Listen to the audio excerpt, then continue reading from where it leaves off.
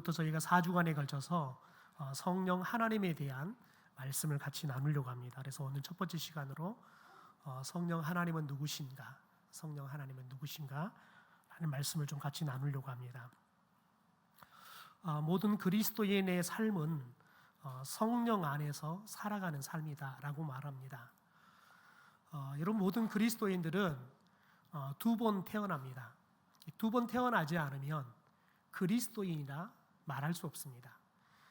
첫 번째 태어난 것은 엄마를 통해서 우리가 육신으로 태어나는 거지요. 두 번째 태어나는 것은 특별히 저희들이 영적으로 태어난 건데, 이것을 우리들이 거듭난다라 해서 이 거듭남의 은혜인데요. 이 거듭남은, 다시 영적인 태어남은 우리가 성령을 통해서만 다시 태어나게 되어지는 거죠. 그래서 요한복음 3장 5절에 이렇게 말합니다. 예수께서 대답하시되 진실로 진실로 내게 이르노니 사람이 물과 성령으로 나지 아니하면 하나님의 나라에 들어갈 수 없다라고 이야기합니다. 그러니까 저와 여러분이 그리스도인으로 다시 태어나는 것, 그것은 성령을 통해서만 우리가 다시 태어날 수 있다라고 이야기해요. 그래서 저와 여러분이 성령으로 말미암지 않고서는 다시 태어날 수 없고요, 성령으로 말미암아 다시 태어나면 우리는 그 순간부터 성령이 우리 안에 계십니다. 그래서 성령의 내주하심이라는 신학적 용어를 쓰죠. 성령이 우리 안에 우리와 더불어 함께 살아가신다는 거지요. 그래서 저와 여러분이 그리스도인이라 그러면 성령과 함께, 또 성령 안에서 저와 여러분이 삶을 살아가는 겁니다. 여러분, 그래서 특별히 거듭난 그리스도인에게서 성령 하나님에 대해서 제대로 알고 우리가 제대로 이해하고 예수를 믿는다는 것은 매우 중요합니다. 여러분, 우리들이 성령 하나님에 대해서 모르는 것은 마치 저와 여러분이 삶을 앞으로 어떻게 살아가야 될지 그것을 모르는 것과 마찬가지입니다. 그래서 저희들이 성령 하나님에 대한 말씀들을 같이 나누려고 하는 겁니다. 여러분, 성령 하나님은 저와 여러분이 죄인에서 사탄의 자녀에서 우리들이 거듭이 나서 이제는 죄로부터 완전하게 자유케 되어서 하나님의 자녀가 되는, 다시 말해서 우리들이 죄와 사망으로부터 구원을 받는 삶을 우리 가운데 주시죠. 그런데 저와 여러분을 이 죄로부터, 죽음으로부터 구원해 주시고 난 다음에 그것이 끝이냐? 아니라는 겁니다. 성령은 우리 속에 우리와 함께 계시면서 저와 여러분이 믿음으로 살아갈 수 있도록 특별히 모든 것을 가르쳐 주시는 거예요. 그런데 어떻게 가르쳐 주시느냐? 그 방법이 뭐냐면 예수님께서 제자들에게 가르쳐 주셨던 모든 말씀들을 저와 여러분이 알 수 있도록 가르쳐 주세요. 그리고 깨닫게 하세요. 여러분, 그러면서 저와 여러분이 말씀을 따라서 믿음 안에서 살아가도록 우리를 지도해 주시는 분이 성령이라는 거죠. 우리 요한복음 14장 26절의 말씀을 같이 읽으면서 말씀으로 이것을 한번 확인해 볼까요? 시작. 보혜사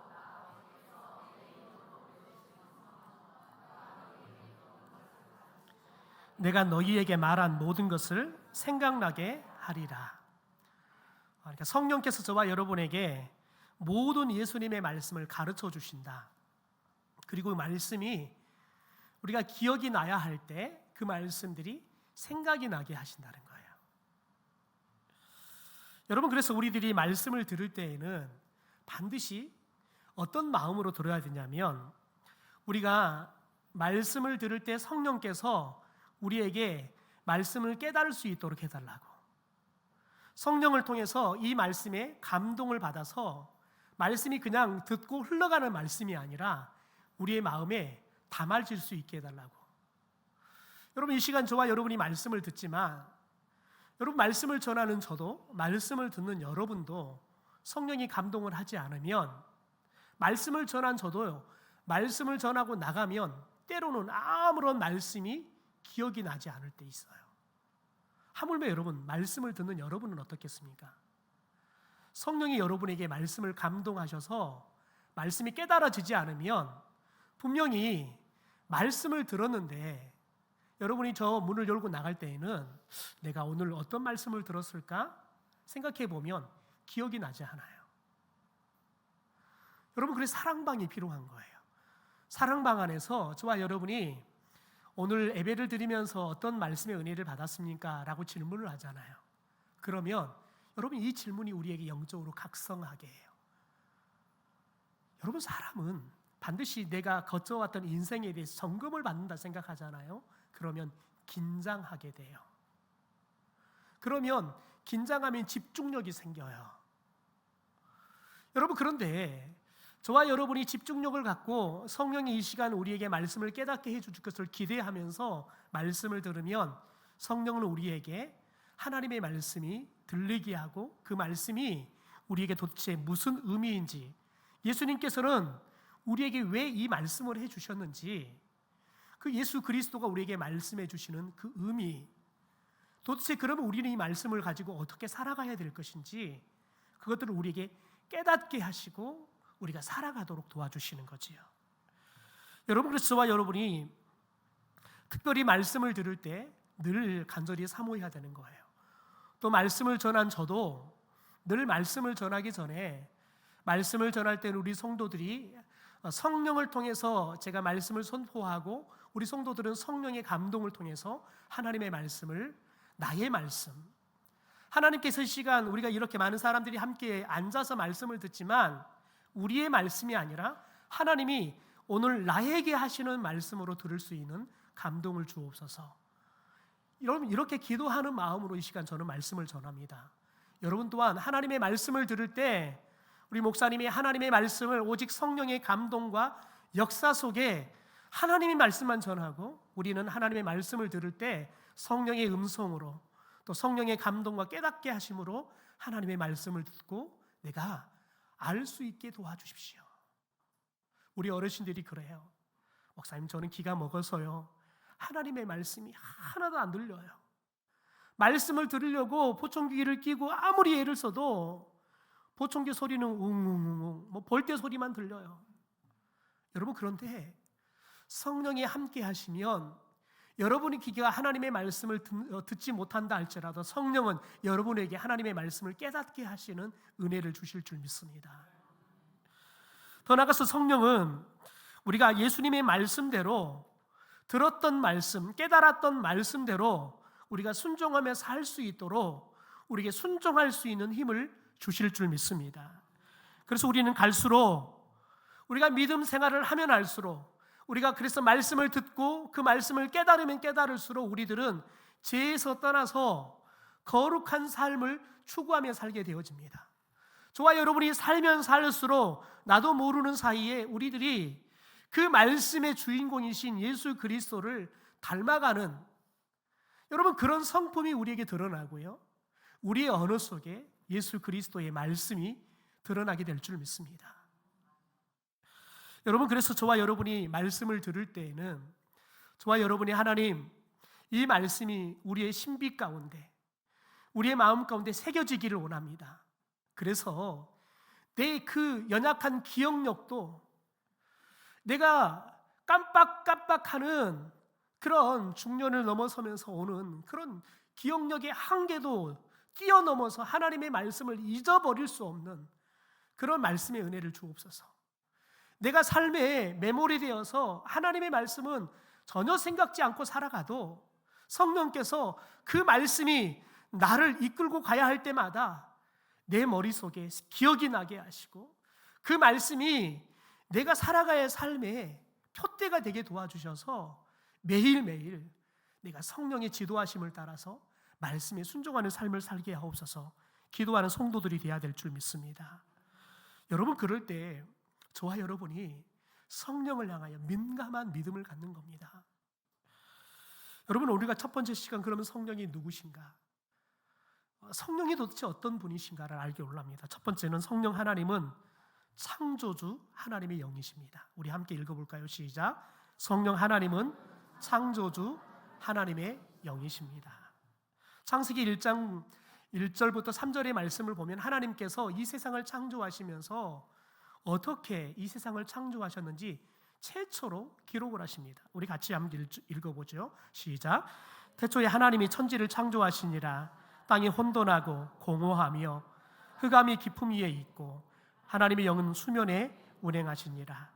하나님이 이르시되 빛이 있으라 하시니 빛이 있었고.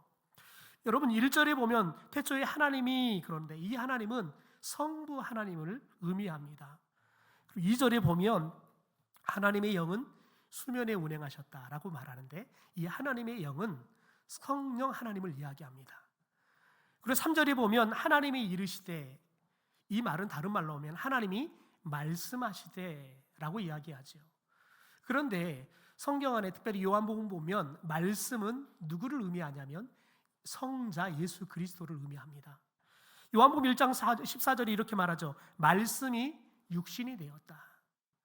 하나님의 말씀이신 예수 그리스도가 인간의 몸을 입고 이 땅에 오셨다는 거예요. 그래서 말씀하면 예수 그리스도, 성자이신 예수 그리스도를 의미합니다. 그러니까 이 창세기 1장의 말씀은 성부 하나님과 성자 예수님과 성령 하나님이 함께 이 세상을 창조하셨다는 거예요. 그러니까 성령 하나님도 이 세상을 창조하시는 하나님의 영이시다, 이 말이지요. 여러분, 그런데 특별히 이 창세기 1장 2절의 말씀을 보면 이 성령 하나님께서 세상을 창조하실 때 드러난 특징 하나가 있습니다. 1장 2절에 보면 이렇게 말하죠. 하나님의 영이 수면 위에 운행하셨다라고 이야기해요. 그러니까 물 위로 운행하셨다. 그러니까 성령 하나님은 물 위로 운행하시면서 세상을 창조하셨다는 거지요. 여러분, 그런데 우리가 신약으로 넘어오면 성령 하나님의 새로운 창조 사역이 시작이 됩니다. 여러분, 마리아를 통해서 예수 그리스도를 이 땅에 태어나게 하시는데, 여러분, 이 성령 하나님께서 마리아의 태 가운데 특별히 양수라는 물을 채우시고 그 물 위에, 양수 위에 운행하시면서 예수 그리스도가 잉태되게 하시죠. 그리고는 그 예수 그리스도가 인간의 몸을 입고 이 땅에 태어나게 하시고, 그래서 모든 인류의 죄악들을 용서하시고 저와 여러분에게 새로운 구원의 길을 창조하시는 겁니다. 그래서 우리가 사도신경을 고백할 때 이렇게 고백하죠. 여러분, 같이 한번 자막으로 읽어볼까요? 같이 읽죠. 시작. 이는 성령으로 잉태하사. 네, 마리아가 처녀인 처녀인 마리아가, 남자를 알지 못하는 마리아가 예수님을 잉태할 수 있었던 것은 무엇으로요? 성령으로 잉태하셨다는 거예요. 여러분, 그런데 이 성령 하나님은 오늘날 저와 여러분이 그리스도인이 되어 그리스도인을 세우는 이 애식 가운데도 역사합니다. 저와 여러분이 예수 그리스도를 구주로 고백하면 우리는 예수 그리스도가 말씀하시는 그 말씀을 따라서 우리는 세례를 베풉니다. 그래서 저와 여러분, 특별히 목회자들은 물 세례를 여러분이 베풉니다. 그러면 인간인 목사가 물 세례로 여러분에게 여러분들이 그리스도인으로 거듭났다는 것들을 표하는 세례를 베풀 때 성령께서는 임하시면서 성령 세례로 우리를 거듭나게 하시는 거죠. 진짜 우리들이 하나님의 자녀로 거듭나게 하시는 겁니다. 또한 예수 그리스도가 마지막 십자가에 죽기 전날 우리에게 성찬을 여러분 우리 가운데 제정해 주시는데, 우리가 이 성찬을 나눌 때에도 여러분, 우리들이 예수 그리스도의 피를 상징하는 잔을 나누고 몸을 상징하는 빵을 나눌 때, 여러분, 특별히 제가 집례할 때 대부분 집례할 때 어떤 기도를 하냐면 성령의 임재를 위한 기도를 합니다. 그리고 성령의 임재에 대한 감사의 기도를 해요. 왜냐하면 우리는 이 성찬을 나눌 때 우리가 예수 그리스도의 몸과 피를 상징하는 빵과 포도주를 나누지만 우리의 이 빵과 포도주를 나누는 이 성찬 가운데 성령이 임한다는 거예요. 그래서 저와 여러분에게 성령이 임하시면서 우리 안에 여러분 새로운 마음들을 창조해 주시는 거죠. 우리가 예수 그리스도의 살과 피를 나누면서 죄를 지었던 우리의 삶에 대해서 회개하고 이제는 예수 그리스도처럼 우리의 몸을 나누고 우리의 삶을 나누면서 살아가는 진정한 예수의 제자가 되겠다는 결단들 우리에게 일어나는 거지요. 여러분, 때로는 어떤 사람들은 성찬에 참여하면서 자신 안에 성령께서 자신의 연약한 몸들을 치료하시고 마음들을 치료하시는 그런 여러분 역사들도 경험합니다. 왜냐하면 성령께서는 여전히 지금도 이렇게 우리 가운데 수많은 예식과 수많은 사역을 통해서 임하시기 때문에 그렇습니다. 더 놀라운 것은 여러분, 성령께서는 저와 여러분의 눈물의 기도 가운데 역사하시며 지금도 우리의 삶 가운데 응답이라는 창조의 사역을 하고 계시는 거지요. 로마서 8장 26절의 말씀을 같이 한번 읽어보겠습니다. 같이 읽죠. 시작. 이와 같이 성령도 우리의 연약함을 도우시나니 오직 성령이 말할 수 없는 단식으로 우리를 위하여 친히 간구하시느니라. 여러분, 저와 여러분이 연약해요. 때로는 삶이 무너져서 너무 비참해요. 그럴 때 우리들이 그냥 하나님 앞에 서면 눈물 외에는 나오지 않습니다. 우리가 눈물로 주님 앞에 기도할 때 성령 하나님께서는 우리의 그 눈물의 기도에 운행하시면서 우리의 기도 가운데 길을 여시고 우리의 삶의 문제 가운데 그분이 여러분 새로운 창조의 응답들을 해주실 줄 믿습니다. 그래서 저와 여러분이 한 번도 경험할 수 없는, 인간이 이룰 수 없는, 하나님만이 할 수 있는 능력의 삶들을 우리들이 응답받고 살게 될 줄 믿습니다. 여러분, 저와 여러분이 죄인이었던 저와 여러분이 이 자리에 앉아서 예배 드리고 있는 것, 그것이 바로 지금 이 시간 성령께서 저와 여러분 안에 창조의 영으로 역사하고 있다는 증거 중에 가장 확실한 증거인 줄 믿습니다. 저와 여러분이 하나님을 전혀 섬길 줄 몰랐던 사람들이에요. 세상 것을 즐겼던 사람들, 그런 저와 여러분을 하나님이 부르셔서 성령이 우리를 거듭나게 하시고 이제는 하나님의 이름을 부르면서 하나님을 예배하는 예배자가 되게 하셨잖아요. 여러분, 그것이 이 시간 성령 하나님께서 우리 가운데 창조주 하나님의 영으로 임하고 계시는 증거인 줄 믿습니다. 여러분, 두 번째, 성령 하나님은 성부 하나님의 영입니다. 우리 같이 한번 읽죠. 시작. 성령 하나님은 성부 하나님의 영입니다. 여러분, 성령 하나님은 우리를 거듭나게 하세요. 그리고는 그렇게 둬버리는 게 아니라 우리와 함께 하시면서 우리에게 끊임없이 한 가지 사실을 알게 합니다. 그것은 바로 우리가 하나님의 자녀라는 사실을 우리에게 알게 하십니다. 우리 14절의 말씀을 같이 한번 읽어볼까요? 시작. 무릇 하나님의 영으로 인도함을 받은 사람은 곧 하나님의 아들이라 라고 이야기합니다. 여기서 하나님의 영은 성령을 말합니다.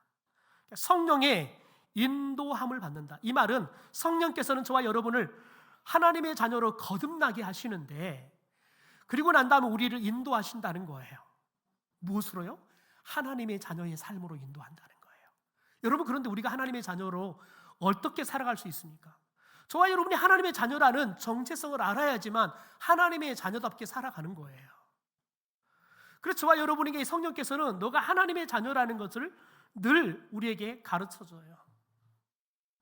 여러분, 그래서 제가 우리 교회 와서 가장 많이 한 설교 중에 하나가 뭐냐면 여러분, 정체성에 대한 설교예요. 저와 여러분이 여러분 세상 속에 몸을 담고 살아가고 있지만 우리가 하나님의 나라의 백성이라는 이 정체성을 잃어버리면 저와 여러분이 세상 사람들과 고별된 삶을 살 수가 없어요. 저와 여러분이 여러분 세상 사람들과 모양도 같고 살아가는 모습도 똑같지만 우리가 하나님의 자녀라는 이 정체성을 잃어버리면 저와 여러분이 하나님의 자녀답게 살 수 없는 거예요. 그래서 성령께서는 우리에게 우리가 하나님의 자녀라는 이 정체성을 끊임없이 알게 하신다는 거예요. 여러분, 그런데 왜 성령 하나님께서 우리가 하나님의 자녀인 것을 끊임없이 알게 하시냐? 왜냐하면 우리의 믿음 생활 위에는, 우리의 삶의 위에는 여러분, 우리가 성령으로 거듭나기 전에 우리를 붙잡고 있었던 여러분 사단의 영이 여전히 우리 가운데 역사하면서 여러분 우리를 옛 구습으로, 그리고 더 나아가서 우리가 하나님의 자녀가 아니라고 자꾸 우리를 속삭이죠. 여러분, 루터가 종교개혁을 할 때 그가 기도할 때마다 사탄이 그에게 와서 여러분 유혹하는 거예요. 야, 너가 이러이러한 죄를 지은 죄가 많은 사람인데 너가 죄 많은 사람이 무슨 계획을 한다고? 세상을, 교회를 계획할 생각하지 뭐 너 자신이나 계획하라고. 이 루터의 죄에 대해서 끊임없이 고발하는 거예요. 여러분, 그런데 루터가 이 사탄의 정죄로부터 벗어날 수 있었던 것은 뭐냐면, 그래, 나는 죄 지은 죄인이었다. 그런데 우리 예수님께서 나의 죄를 위해서 이미 십자가에서 나의 죄값을 다 지불해버렸다. 그래, 나는 더 이상 죄가 없다. 나는 하나님의 의로운 자녀다. 여러분, 그러면서 본인이 하나님의 자녀인 것을 끊임없이 무너뜨리는 우리의 삶의 모양으로 여전히 우리들이 하나님의 자녀답게 살아가지 못하는 죄의 모습들을 고발하면서 우리가 하나님의 자녀가 아니라고 여러분 끊임없이 우리 정체성들을 흐트러뜨리는 이 사탄의 유혹으로부터 우리가 벗어나고, 그럼에도 불구하고 우리는 하나님의 자녀라는 이 정체성을 붙잡을 때 우리가 하나님의 자녀답게 살 수 있는 거예요. 그래서 성령께서는 끊임없이 우리에게 저와 여러분에게 끊임없이 우리가 하나님의 자녀라는 이 정체성을 성령은 알려주시는 거지요. 여러분 15절의 말씀을 좀 같이 봐볼까요? 같이 한번 읽죠. 시작. 너희는 다시 무수하는 종의 영을 받지 아니하고 양자의 영을 받았으므로 우리가 아빠 아버지라고 부르짖느니라. 여러분 15절의 말씀에 보면 여기서 종의 영을 받지 않고 양자의 영을 받았다라고 이야기해요. 여러분 이것을 공동 번역 성경을 읽어보면 이게 뭘 의미하는지 우리가 더 정확하게 알 수 있는데요. 여러분이 받은 성령은 양자의 영을 우리가 받은 성령이라고 이야기합니다. 그런데 왜 양자의 영이라고 말하냐? 성령께서 우리에게 우리가 하나님의 아들이 됐다, 우리가 하나님의 딸이 됐다는 것들을 알게 하세요. 그런데 우리가 하나님의 아들이 된 것은 하나님의 친아들인 예수 그리스도고, 우리는 하나님의 양자가 되었다는 거예요. 그것을 알게 한다는 거예요. 그래서 성령을 양자의 영이라 그러는 겁니다. 여러분 성령이, 우리가 받은 성령은 우리를 다시 노예로 만들어서 공포에 몰아넣는 분이 아니라는 거예요. 우리를 하나님의 자녀로 만드시는 분이라는 거예요. 그래서 우리는 성령에 힘입어서 하나님을 뭐라고 부른다고요? 아빠, 아버지라고 부른다고요. 여기서 말하는 아빠라는 말은 우리나라 말도 아버지를 부를 때 아빠라고 불러요. 그런데 특별히 신약 성경에 아람어가 또 헬라어가 성경을 기록하고 있는데, 이 아람어 중에서 이 아빠라고 부르는 게 우리하고 아버지라는 말이에요. 그런데 이 아람어를 그리스어로 여러분 음역해서 부르면 아빠라고 불러요. 그러니까 지금 우리가 아빠라고 부르는 말과 이 성경이 말하는 이 아람어가 똑같이 아빠라는 말인데 무슨 말이에요? 아버지, 아빠라는 말이에요. 그러니까 우리가 성령을 힘입을 때 하나님을 뭐라고 부를 수 있다고요? 아빠, 아버지라고 부를 수 있다는 거예요. 여러분 종의 영에 사로잡혀 살아가는 사람은 불안해요. 왜냐하면 종은요, 잘못하면 주인에게 벌을 받아요. 잘하면 겨우 칭찬을 받을까 말까 하지요. 그래서 종은 늘 인정받기를 갈구해요. 그리고 잘못을 하지 않으려고 늘 긴장해요. 혹시 잘못하면 이 잘못을 감추려고 애를 쓰죠. 그런데 여러분 자녀는 달라요. 여러분 저에게는 아들이 있는데요, 여러분 이 아들이 얼마나 듬직한지 모릅니다. 요즘은 어지간하면 제 아들이 다 운전을 합니다. 그래서 요즘은 제가 운전사를 두고 삽니다. 그래서 아들이 군대를 가서 얼마나 그게 또 불편했는지 모르겠어요.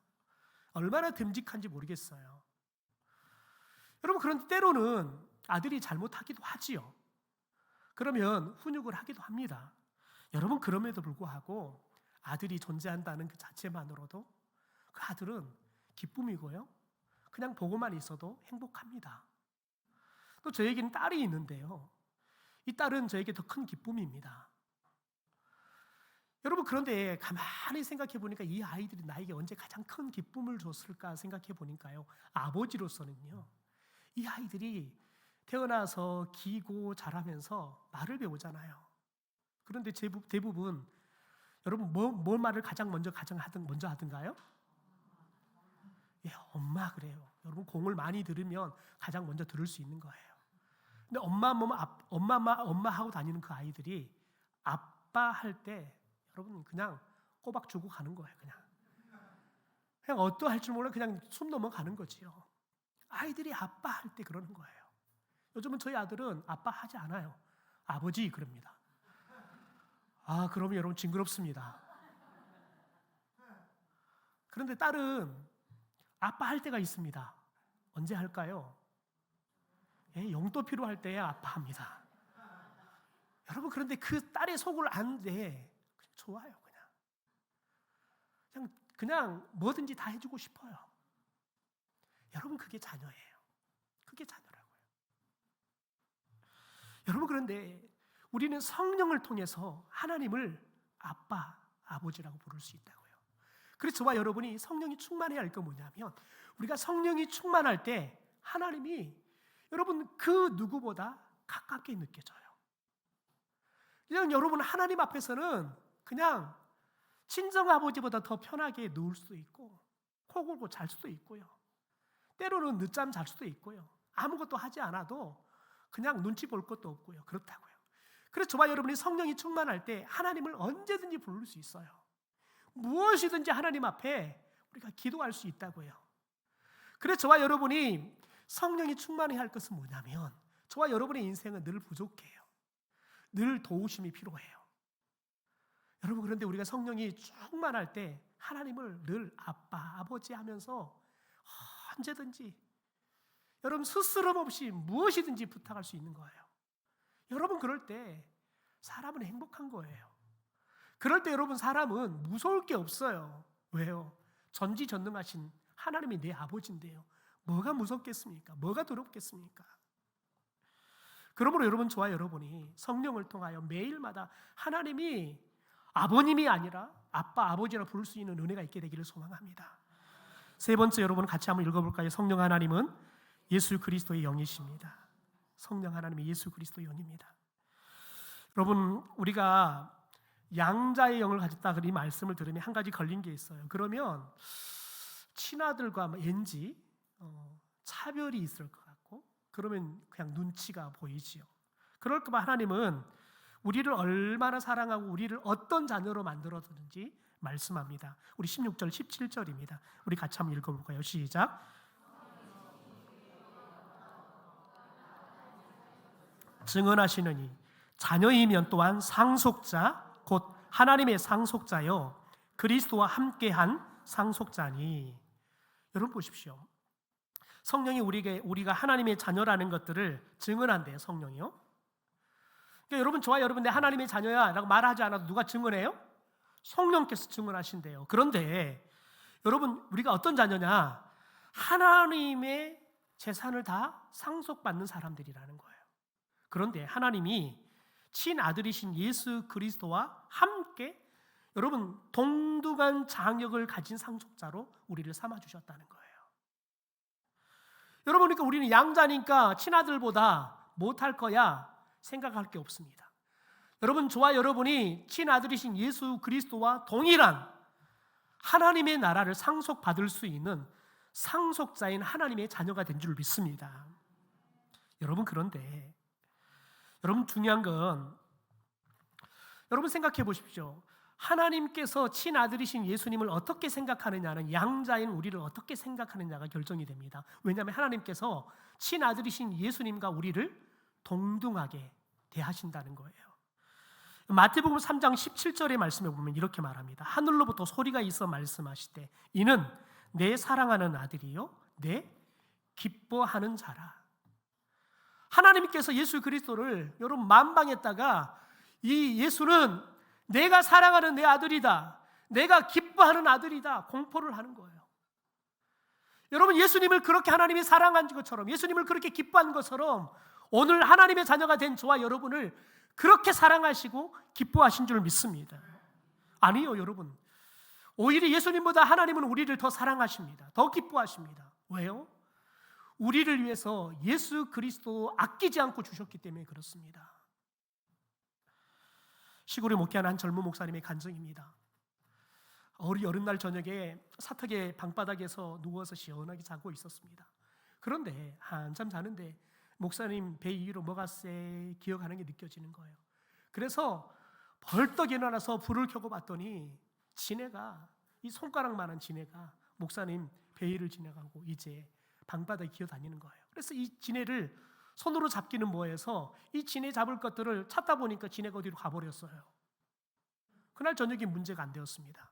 근데 그 다음날 저녁이었습니다. 그래서 그 다음날 저녁에 자야 되는데 이제 어떻게 자야 될 것인가 고민되는 겁니다. 방바닥에 자다니 또 지네가 또 올라올 것 같고 고민을 하는데 사모님이 그러는 거예요. 목사님은 새벽 예배 해야 되니까 아이하고 침대에 자고 저는 방바닥에 자겠다고. 사모님이 그 이야기를 했는데 어떻게 남자가 그럴 수 있습니까? 근데 가만히 생각해 보니까 일리가 있는 말이에요.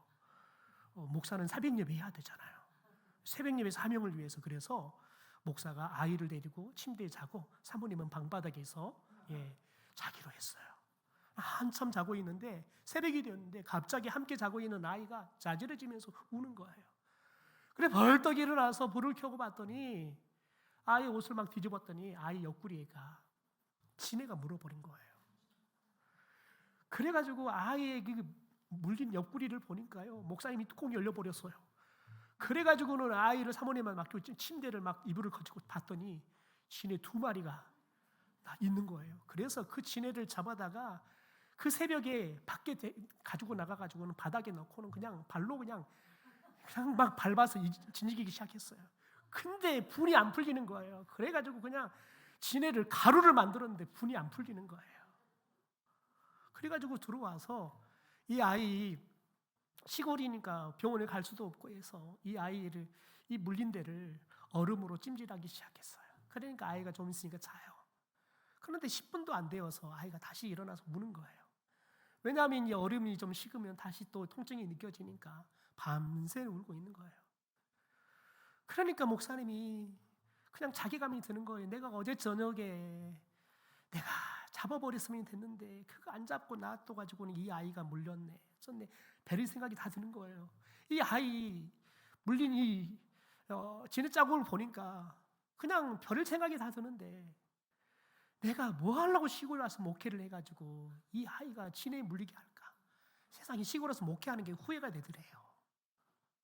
그런데 아이 물린 그 지네를 얼음으로 찜질하고 가만 보는데 하나님이 생각이 나더래요. 나는 저 아들 지네 물린 것만 봐도 이렇게 화가 나고 이렇게 지네를 가루를 만들도록 내가 죽이고 심지어 내가 시골에서 목회하는 것이 후회까지 되는데 예수님은 그 아들 예수님을 하나님은 그 예수님을 십자가에 매어 달고 예수님이 손과 발이 못에 박혀가고 창에 옆구리에 창에 찔려서 다 물과 피를 쏟아낼 때 하나님은 어떠했을까? 여러분 그것을 생각하는데 그 예수 그리스도를 향한 여러분 하나님의 그 마음이 어떠했을까 생각하는데 하나님의 사랑이 그냥 막 쓰나미처럼 몰려오더라는 거예요. 도대체 하나님이 우리를 얼마나 사랑했으면 자신의 아들을 십자가에 메어 달고 그 아들이 십자가에 죽어가는데 그럼에도 불구하고 하나님은 능력이 있음에도 불구하고 그 아들을 살리지 않고 나를 살리기 위해서 십자가에 죽게 하셨을까? 여러분 목사님이 아들 때문에 화가 났다가 그냥 그 하나님의 사랑이 주체할 수 없어서 펑펑 울었다는 거예요. 여러분 하나님은 오늘 이 자리에 앉아있는 저와 여러분을 여러분 그분의 아들을 아끼지 않고 십자가에 내어놓을 만큼 우리를 사랑하십니다. 우리를 존귀히 여기시는 거예요. 여러분 세상 사람들이 가족들이 나를 인정하지 않고 나를 천대해도 하나님은 이 세상에서 가장 존귀한 자라고 부르세요. 하나님은 저와 여러분을 가장 사랑하신 줄 믿습니다. 그냥 우리를 보는 그 자체만으로도 하나님은 기쁨을 이기지 못하시는 거예요. 여러분 그러므로 저와 여러분이 내 자신을 여러분 너무 천하게 생각하지 마십시오. 너무 여러분 비약하지 마십시오. 왜요? 하나님은 우리를 얼마나 사랑하시면 그분의 아들조차도 아끼지 않고 줄 만큼 우리를 사랑하셨어요. 우리를 그렇게 존귀하게 여기신다고요.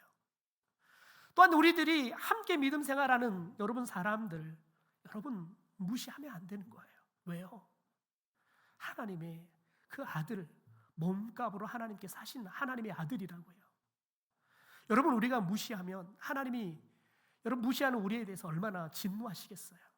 그러므로 여러분, 저와 여러분이 내 자신도 우리와 더불어 믿음 생활하고 같이 살아가는 더불어 모든 사람들을 하나님의 눈으로 존귀히 여기고 하나님의 사랑으로 사랑하게 되어지는 은혜가 있게 되기를 주님의 이름으로 축원합니다. 여러분, 그런데 우리가 알아야 할 게 있어요. 예수님께서는 하나님의 상속자로 여러분 우리들을 부르셨어요. 그래서 예수님이 받을 그 영광을 우리에게도 받게 하실 거예요. 그런데 그 영광을 그냥 받게 하지 않는다는 거예요. 고난을 통해서 받게 하신다는 거예요. 우리 17절의 말씀을 함께 읽어보겠습니다. 시작. 자녀이면 또한 상속자, 하나님의 상속자요 그리스도와 함께 상속자니 우리가 그와 함께 영광을 받기 위하여 고난도 함께 받아야 한다는 거예요. 여러분, 예수님께서 세례를 받고 난 다음에 성령이 충만하시고 난 다음에 공생애를 시작하시는데 광야에 가서 40일에 금식하는 고난을 받습니다. 그리고 그분은 성령에 이끄셔서 십자가 위에서 고난을 당하시고 죽는 고난의 길을 가고 난 다음에 하나님으로부터 영광의 자리까지 높임을 받는 거지요. 그리고 누가복음 24장 26절에 이렇게 말합니다. 그리스도가 이런 고난을 받고 자기의 영광에 들어가야 할 것이 아니냐. 여러분, 그리스도가 십자가의 고난을 받고 난 다음에 여러분 자기 영광에 들어가야 한다는 거예요. 마찬가지로 성령으로 하나님의 자녀가 된 저와 여러분이 예수 그리스도가 하나님으로부터 상속받은 그 영광에 우리가 들어가려고 하면 저와 여러분도 고난을 함께 받아야 되는 거예요. 여러분, 사무엘상 16장에 보면 하나님께서 사무엘 사사를 통해서 다윗에게 기름을 붓고 왕으로 세워요. 그러니까 성령이 그에게 크게 감동해서 임해요. 여러분, 그런데 왕이 됩니까? 아닙니다. 사울을 섬기는 사람이 되게 합니다. 그러면서 무려 13년 동안 사울로부터 죽을 고난을 받습니다. 그리고 난 다음에 나이 30이 되어서 하나님께서 그를 이스라엘의 왕으로 세우는 거예요. 여러분, 그래서 성령은 저와 여러분에게 고난을 받도록 인도하시는 영이세요. 그런 중요한 것은 저와 여러분이 고난을 승리할 수 있도록 성령은 우리를 놓지 않고 고난을 이길 수 있는 인내도 힘도 주실 줄 믿습니다. 그런데 여러분, 중요한 거 뭐냐면 저와 여러분이 그 고난을 이기고 나면 우리에게 무엇이 주어집니까? 우리 18절의 말씀을 마지막으로 읽겠습니다. 시작. 생각하건대 현재의 고난은 장차 우리에게 나타나는 영광과 비교할 수 없도다. 여러분, 우리가 당하는 고난과는 비교할 수 없는 영광, 예수 그리스도가 이미 받으신 하나님의 나라를 누리는 영광을 우리가 얻게 될 줄 믿습니다.